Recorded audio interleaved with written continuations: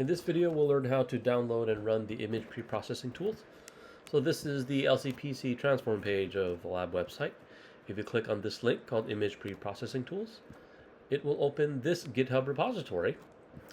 And here in this repository, if you don't have your own GitHub account, then you can click on this green button called Code, and you can click Download Zip, and it will download everything in this folder as a zip file. Make sure you unzip the file, especially if you are on a Windows computer. Windows allows you to look inside a zip file without ever unzipping it, which is going to be a problem if you try to load these Jupyter notebooks into Visual Studio Code or Jupyter Notebook, the IDE. You're going to run into trouble. Now, these scripts are named in a self-explanatory way.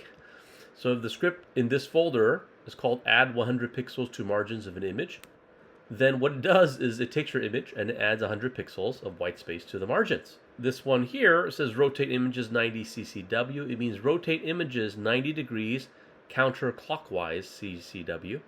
While this one down here rotates your images CW 90 degrees clockwise.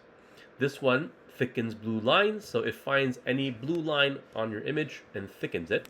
You can run it multiple times consecutively on a set of images so that the line thickness reaches what you want. For scripts that are not in blue folders, they're here by themselves, there is a folder called General Practice Images that will contain 3 images that you can practice on.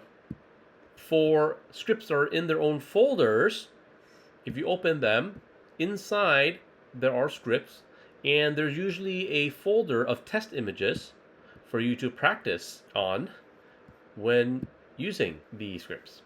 I highly recommend you open this PDF called How to Use Dave's Preprocessing Scripts.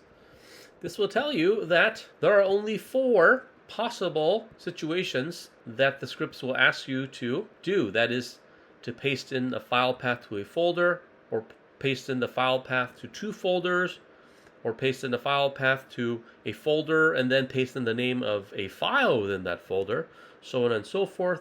There's only 4 possible situations that you'll run into, and once you familiarize yourself with this, then you can easily run any of the scripts. The most tricky of the scripts to run are the 2 rotation tools. First is the rotate closed objects. I have practice images for you. The trickiest one is called the rotate green line tool, and here I included practice files. Okay, I included a PDF on guide to drawing lines, and I included a README file, which is shown down here. This README file has a YouTube link that walks you through how to prepare images before using this script called rotate green line. So I highly recommend that you watch that video.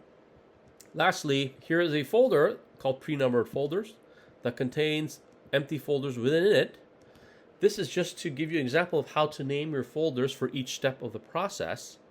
It's very important to name your folders so that you can sort them by ascending or descending order, which helps you to know which step came first, which step came second, which is very helpful for troubleshooting when something goes wrong. If your process is 10 steps, you might realize that it's step number 6 that had the problem. Therefore, there's no need for you to start at step 1. Just pick up at step 5 and redo step 6 to 10.